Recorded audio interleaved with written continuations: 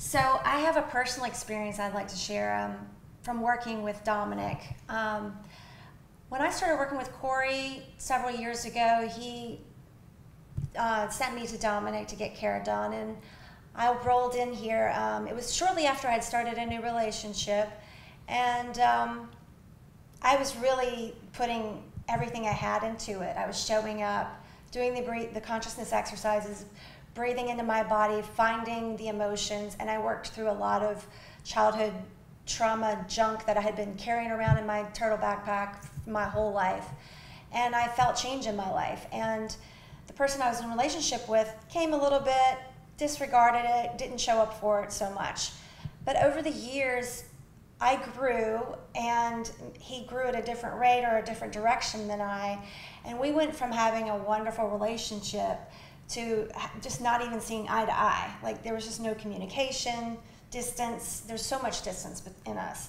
And we ended up breaking up. I would say 3 years into working with Dominick, we were broken up after being together for 4 or 5 years before that. So that would be my personal experience of after working with Dominick, I was no longer willing to put up with somebody who was making me unhappy and wasn't showing up for me. The way that I saw this person in my life was it was almost like a parasite, just sucking the life out of me and life force. I was not getting anything from it anymore. And it was crazy. We were the same people, but after 3 years of network care, I saw it completely different. I saw it for what it was.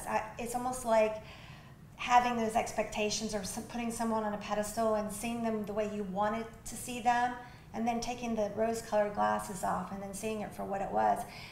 And I was able to very easily in one day make the decision, I'm not going to have it. I deserve better than this. I deserve more than this. And I would attribute that to network care and putting me in a place where I felt confident making those decisions. And I was not willing to put up with a parasite in my life anymore. Nor should you. Yeah. The consciousness exercises, you know, what's interesting is I'm listening to Jennifer talk, and as she's describing her situation, she was going from one consciousness to another, to another, to another, until she got to the conscious exercise number 3 that we talk about, and the conscious exercises that Corey has on the website with the frustration, and then the 4 where you say enough of this, and then you make a decision, and it's that easy. That's the gift in the consciousness exercises. It literally allows you to peek out the gift in each one so that you make that change. Mm-hmm. Because it seems to be with so many people in life is that they don't have as much connection to some as they do others. So while they might be making some changes in some areas, in other areas of their life, not so much. Mm-hmm. It's because they don't have that conscious exercise or that stage developed enough. So with the conscious exercises we do with our clients, it's really get the juice out of each one of those, and then you move on. And either the relationship evolves or dissolves. That happens. Mm-hmm. And most people, it actually happens sooner than 3 years. I need to step it up, apparently. Well, I was out of care a little bit in between, so it was probably actually only like 1.5 years of actual care. Well, what seems to be interesting is that when clients come in, right, a husband and wife, let's say, or boyfriend, girlfriend, they have the same patterns, always. The reason why you feel comfortable with some people and not others is because the people you feel comfortable with is because they have the same reality filter, their body. They see life the same way. So when you're speaking with them, they're right there with you because they have the same experience. Yeah. So we feel comfortable with that person. Yeah, when I met this person, we were both victims. Yeah, the same. Whether it's ideal or not, but you get them. Yeah. People who you don't connect with, you don't resonate with, you don't know why, oftentimes they don't have the same physical patterns. They have a different reality filter. They see life different. They give it a different meaning. So they have a different perspective. Mm-hmm. So if I dare go there, one person who's well educated might be a total Trump supporter and see the gift in building a wall and doing all these great things and can have a very reasonable conversation about it and perspective. They totally support it.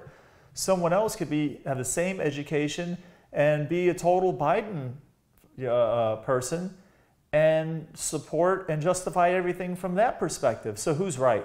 What I say is they're both right, but they're just coming from a different perspective, right? Mm-hmm. So if you could translate into relationships, the person who you connect with in relationship is because they have the same pattern. Mm-hmm. So as you do the work and change you, Now you start to see nuances in your relationship that, you know what, I'm not cool with that.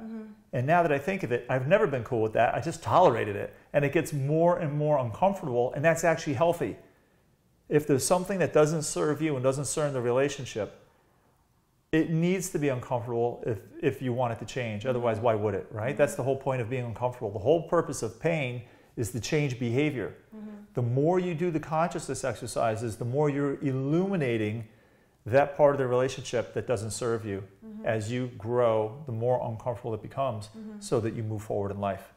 Yeah. I changed so dramatically, and that was not my first. When I was married, I was with that guy for 15 years. I couldn't.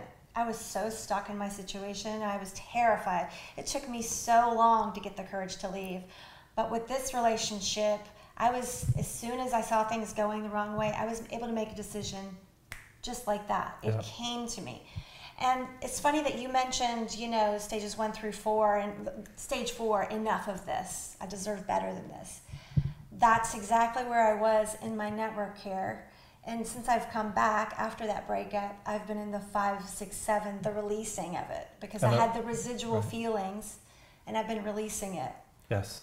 There's natural rhythms that we all go through. The frustration.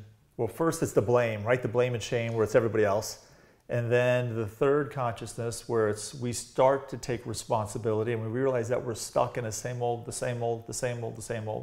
And when we have our clients do that consciousness exercise, that really peaks it out, so they get the gift and can transition into the next stage that Jennifer talked about, which is where you draw a line in the sand and you say, enough, no more, I deserve more. So it's not that you're dishonoring the other person, you're just standing up for yourself. A completely different energy. And then that's when people start resolving, right? The next step is going into resolution. See it different, and then resolution. And then now you've created the space, and life fills voids. You created the space for something that more serves you from this more growth-oriented and perspective. I raised the bar so much higher. I was willing to put up with so much ridiculousness in my life, but now my bar is way up here, and I'm not going to settle for anything less. I'm not going to just go out with randos that send, disturbing pictures of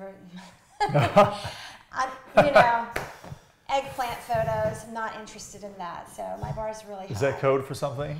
Yeah, the eggplant emoji. Dick pics. Okay. There you go. I learned something. Yeah. So if you want to change your life, you want to change your relationship, look in the mirror. That's the person that needs to change. And network care, if that's available to you, or the consciousness exercises, or both, will definitely put you on the fast track to making changes in your life, so that you get more of what is possible. It made great changes in my life.